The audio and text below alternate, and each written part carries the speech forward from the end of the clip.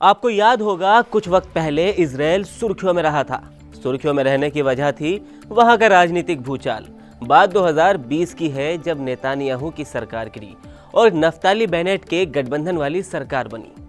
अब एक बार फिर इजराइल के प्रधानमंत्री नफ्ताली बेनेट की सरकार का गठबंधन टूट गया है और सरकार का गिरना लगभग तय माना जा रहा है, जिसके बाद जल्द ही चुनाव भी होंगे।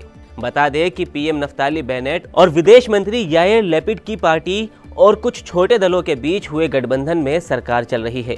इजराइल पिछले 3.5 साल में अपने 5वें चुनाव की ओर बढ़ रहा है, लेकिन सवाल यह है कि आखिर इजराइल में बार बार चुनाव क्यों हो रहे हैं और कोई भी सरकार अपना कार्यकाल पूरा क्यों नहीं कर पा रही है। इस सवाल का जवाब जानने से पहले आप ये जान लीजिए कि इन दिनों इजराइल में क्या चल रहा है।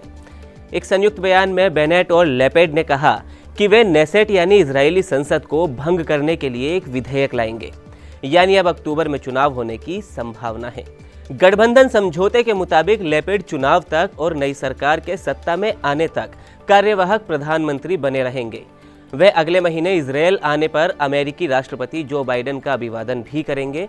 बेनेट और लैपेड ने एक बयान में कहा, एक बार मंजूरी मिलने के बाद रोटेशन को व्यवस्थित तरीके से किया जाएगा।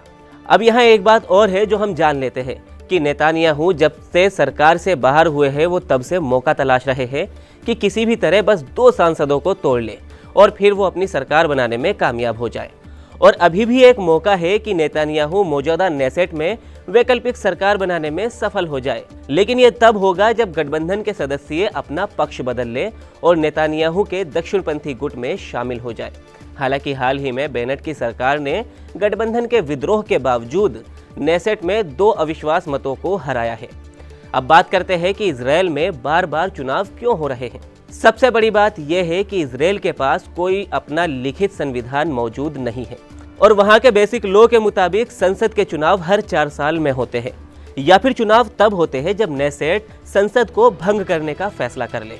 दूसरी वजह यह कि जिस तरह हम भारत में उम्मीदवारों को वोट देते हैं और उम्मीदवार किसी पार्टी या फिर निर्दलीय भी चुनाव लड़ सकते हैं, इससे विपरीत इजराइल में मतदाता पार्टियों को वोट देते हैं, किसी उम्मीदवार को नहीं। 18 साल और उससे ज्यादा के सभी इजरायली नागरिक मतदाता माने जाते हैं, जबकि इजराइल के कब्जे वाले क्षेत्र के रहने वाले फिलिस्तीनी मतदान नहीं कर सकते। नेसेट में 120 सीटें हैं और नेसेट में सरकार बनाने के लिए एक पार्टी को कम से कम 61 सीटों की जरूरत होती है।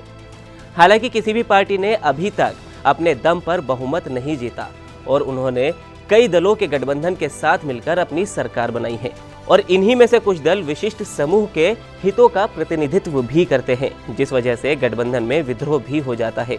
और यही वजह है कि अब इजराइल में फिर से चुनाव होंगे, क्योंकि गठबंधन में शामिल यूनाइटेड अरब लिस्ट फिलिस्तीन के मामले पर बेनेट सरकार से नाराज है। फिलिस्तीन बस्तियों को लेकर इसका पहले से सरकार से टकराव भी रहा है।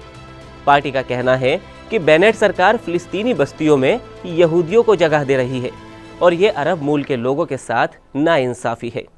इजराइल के इस राजनीतिक घटनाक्रम पर आपकी क्या राय है, हमें कमेंट सेक्शन में जरूर बताएं और इसी तरह की और खबरें देखने के लिए आप देखते रहिए एबीपी लाइव।